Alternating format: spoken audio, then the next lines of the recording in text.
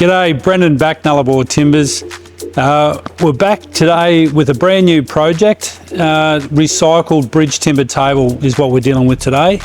Those of you guys that have watched a little bit of our stuff previously have heard me say that this business started as a recycled timber business, which it definitely has. It's my bread and butter, what I started doing 35 or so years ago. And although we do a lot of slabs and tree section type furniture, tabletops and bar tops and things, we really did start everything we did with our recycled timbers. So my father started around 45 years ago pulling bridges down in old warehouses and stuff. I started as an apprentice for him when I was sweeping floors when I was about 12, a lot longer than 36 years ago. And now here we are down the track still doing the same thing. So today we're looking at some timber here. These are old bridge timbers that we had salvaged out of an old railway bridge in Montu, central Queensland.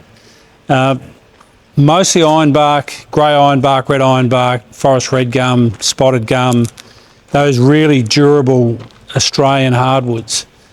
You can't really tell what they are in this state.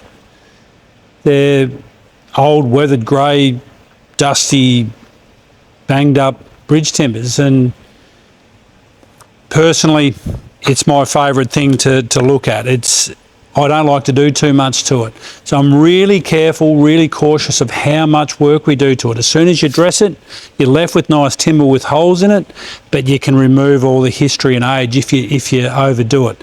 Some timbers you've got to dress it up and clean it up because the old surface is just too rough or too banged up, and in some cases it's just critical to retain that old weathered look. So the process of what I'm going to do today, or actually the table we're making is roughly 2.4 metres long, roughly a metre wide.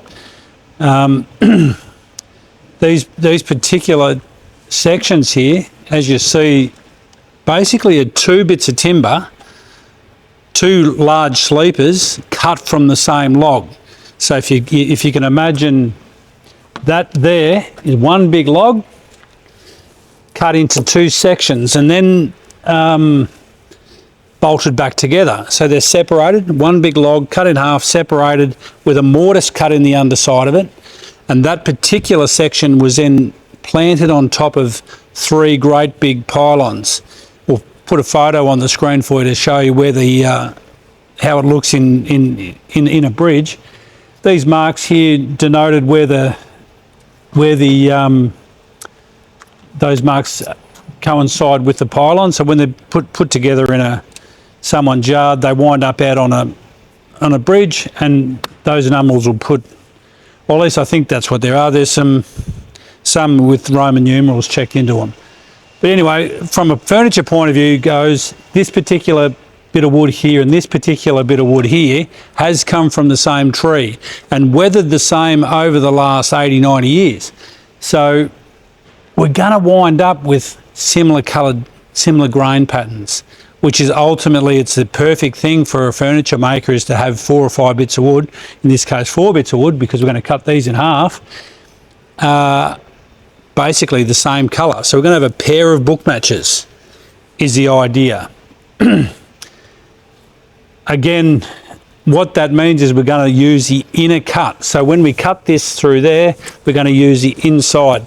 Now that's kind of, I hate doing it sometimes because that bit of wood there is just too beautiful and awesome to put on the underside of a tabletop. So I'm not going to, I can't do that with everything, but I'm looking for some timbers in this process that are too buggered and ratty on the underside, like you see this one up there, and the other side isn't quite as clean and awesome. So it's one of those unique problems that we have with some recycled timbers, is the timber's too damn good in that state to start turning it into a finished product. But we usually cut it and have a look at it. If it's not awesome on the inside, we'll keep that face. The underside can often become the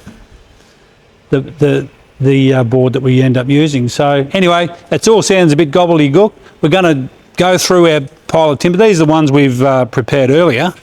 All these ones here are still bolted together. We often sell them as posts. People use them as structural posts, beams, lintels and such. So we tend to not overdo that. We'll leave that as they are. These ones here, we've already taken the bolts out of them. And most of the time we number them. So at the ends of these sections, we put a number on them. So later on, like now, we come along and go, we're looking for 2 sections with the same number, which means they came from the same bolted together section. So in this case here, I've got boards there that says 17 and another one that says 17. They don't have checkouts in them. So I can't bring myself to cut those. They're just too interesting as they are. These smaller ones here though, they've got these big checkouts on the underside. And I'll need more than 2, because obviously these ones here, if I cut them in half, I'll get more than 250. It's all part of the process of dealing with recycled timber. This is another one. This is basically a demonstration or an idea of what these big mortise holes look like. So if you can imagine this flipped up the other way, this big section here planted straight over the top of these big pylons with the big tenon through it. It's upside down here, bolted together. Huge big girders that ran across the top of them, and then railway sleepers on top of that, and massive heavy trains wheeling from Victoria up to northern Queensland for years. And bridge got a bit ratty there 10 or so years ago, and down she come and salvaged, getting ready to get put back into some furniture. So alrighty, so we've been through the stack of timber. I've just found these few sticks here. There's quite a lot of them in there. They denote some Roman numerals here on the corners, which coincides again with the pylon that they would have sat on. The numbers, I'm not 100% certain as to what they mean. I should really look into it. But these would have been cut with a big swing saw, possibly a steam-driven pit saw. Some of them are hand-hewn with the broad axe. None of them here at the moment, or actually that one there is. If you have a look at that there, you can see those adze marks. What that means is that this particular section of timber was cut with a big broad axe by a really strong old bloke, and that's a perfectly smooth, beautiful bit of wood. So I'm going to find it really hard to cut this bit of wood and dress it up, because that's already too awesome. I've decided I'm going to leave that fella. As with these ones here, they're too nice, too interesting to be dressing through a plane. So we'll leave those as textured boards. I've got an idea of what I'm going to make out of those. A big old rustic, you could be an outdoor table, indoor table, but I've got a good idea of what we're going to do with those. So that'll be part of this video in the next week or so. So yeah, stay tuned. We're back here again today in the next stage of our bridge timber tables. Part of the process is resizing those big rustic beams.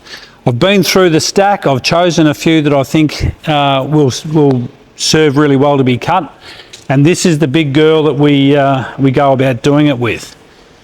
I don't know its exact age, but we had this machine brought up from Melbourne about 35 years ago. It was about, I think, 30, 40 years old before we got it. So it could be 70 or 80 years old, this machine. Awesome big cast iron machine, 40-something inch wheel with a 7-inch blade. It's very loud, it's pretty scary when it gets going, and lots of little teeth. Heavy duty, old machine designed to last 12 lifetimes. They really don't wear out, these things. We look after it, we grease the bearings. It's very safe, we've got the big cage around it. And not really much can go wrong with it. You just got to keep the blades on sharp, and it turns big sections of timber into beautiful furniture timbers. So we'll watch that process next and see what sort of gold we can make out of these big old rustic bits of wood. So thanks again for watching, and stay tuned.